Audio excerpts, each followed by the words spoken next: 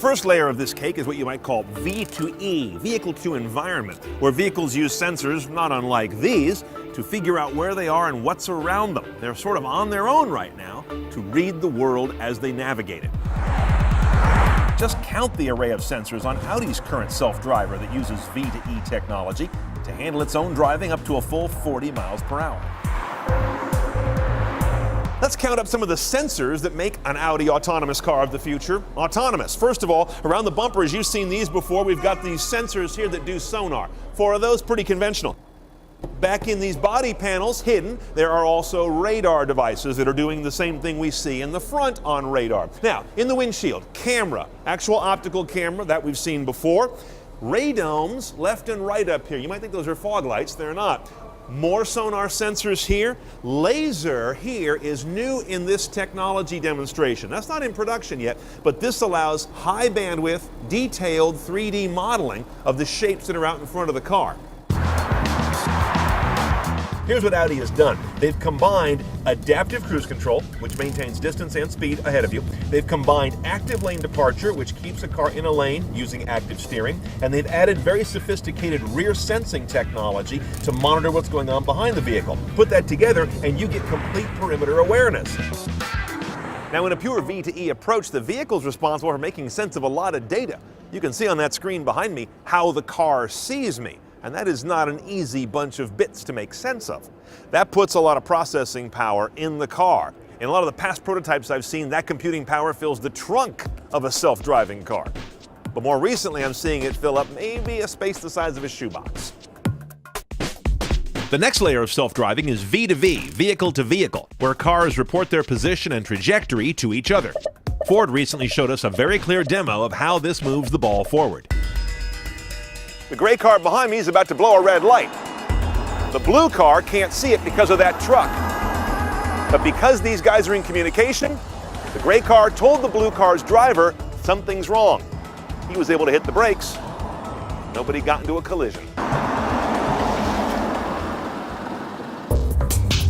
Here's another sphincter tightening scenario we all know. This car is stopped. The car 2 vehicles behind it can't tell because of traffic in the middle. But thanks to vehicle-to-vehicle communication, the driver in the back gets a warning to brake, even though he couldn't have seen it humanly. Also, current in-vehicle sensors wouldn't have been able to help here either. Only vehicle-to-vehicle can see through other cars. Now here's where the rubber, or the RF as it were, hits the road. The shark fin antenna you've seen before is doing a lot more now. There's a flat antenna right here facing the sky, picking up GPS satellite coordinates. There's a vertical antenna here in the sail that is broadcasting information out to other cars within about a 1,000-foot radius. It broadcasts an update of this car's speed and position every 10 seconds. The speed data comes from the car's own internal computers and data bus. That's been in vehicles for decades. Now, a key part of V2V that car makers don't entirely control is setting up the standard language and protocols that all vehicles of all brands will use to talk to each other. That needs to be done in concert with regulators. And so far, DOT and NHTSA are kind of late. They'd promised some early guidelines by late 2013. As of right now, early 2014, we still haven't seen them. Which brings us to V2I, vehicle to infrastructure. That's the ultimate layer, where cars, roads, traffic signals, and network centers all talk to each other to really take self-driving to a rich level. Now this stuff's pretty green, but it rolls up the concept of the car getting signals not just from other cars, but also from, let's say, the Metro Traffic Control Center, or sensors in and around roads. It can manifest itself several ways.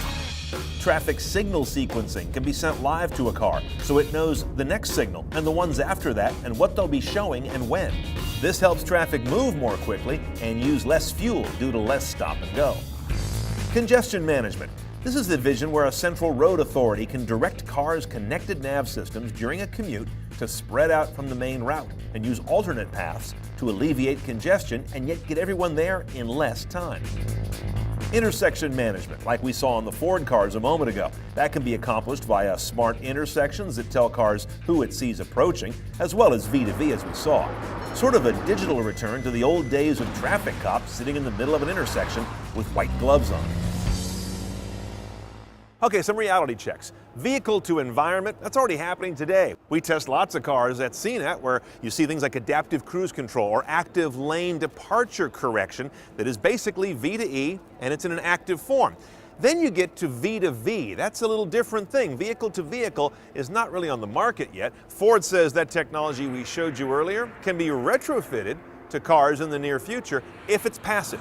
If it's supposed to take over brakes and acceleration and steering, that requires factory integration. That's a little tougher. Finally, there's vehicle to infrastructure. This is the big dig, if you will. We have millions and millions of relatively dumb cars and dumb roads out there right now that are going to have to be refreshed. And that means the current stock of both has to age out and be replaced.